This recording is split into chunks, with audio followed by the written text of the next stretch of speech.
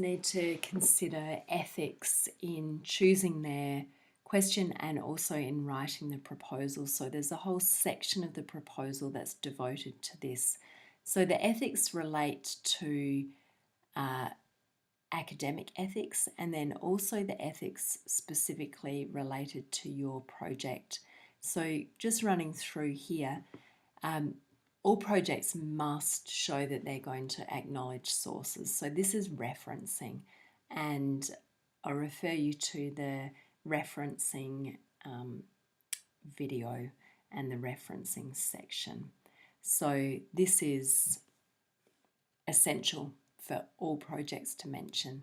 Again, how to acknowledge ideas that are not your own. So even if you take an idea and you write it in completely different words, or you take little bits from all sorts of sources and put them together in a new way, you still need to acknowledge that you did not come up with those ideas yourself. You also need to avoid plagiarism. So if you are copying something directly, then you'll need to put in quotation marks. Even again, if you're paraphrasing something, putting it in different words, you need to still reference it. Now, if you are using people in your project, they have rights, and this is an ethical issue. So if you are surveying people or doing interviews, then you must get what we call informed consent. So this means anyone who you're using in your project, you must tell them what the research is about, what you're going to use the results for, that their participation is voluntary, that there's no pressure on them to participate, that they can withdraw at any time. And this is important. They can have access to the results. So if they want to read your research outcome and see how they're being presented in your project, then they have that right. You need to let them know that. You also need to make sure that their identity is kept private, confidential, unless they give permission to use their name. So if they don't, you'll need to make up a name and point out that it's not their real name, or use initials that are not the same as their initials, that sort of thing. Most people are happy for you to use their name though. Not pressuring them in any way to participate, so you cannot harass people, send them 25 emails a day, that sort of thing. Respect the opinions of all participants, so even if they are different to yours, you still need to express respect for their opinions.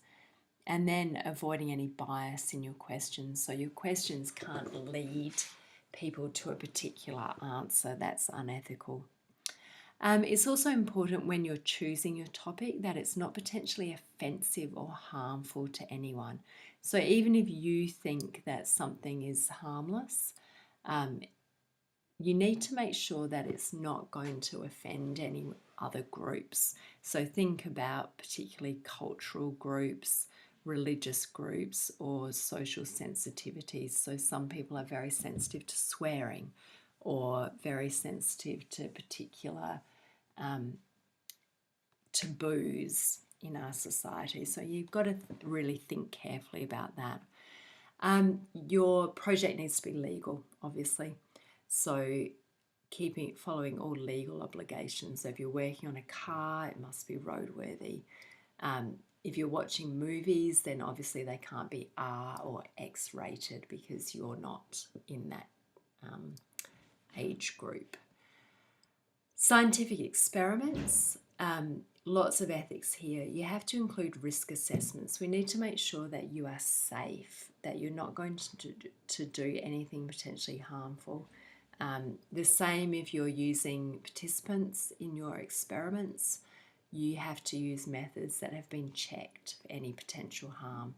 So for example, we had a student who wanted to induce fear into participants, and that was knocked back because that is not an ethical thing to do.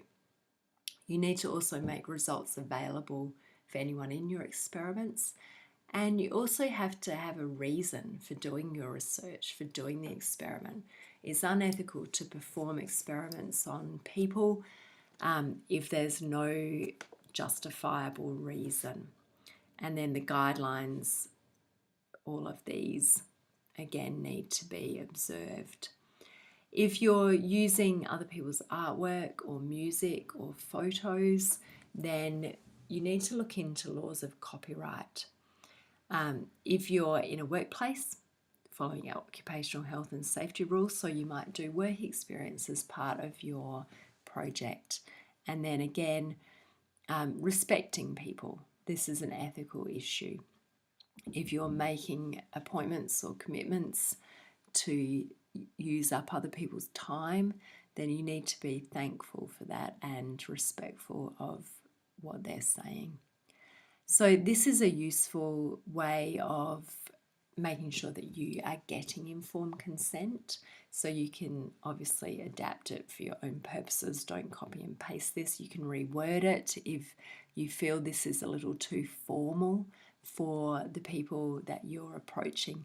But you need to cover all of these points. So these are the ethical issues. They must be mentioned in your folio.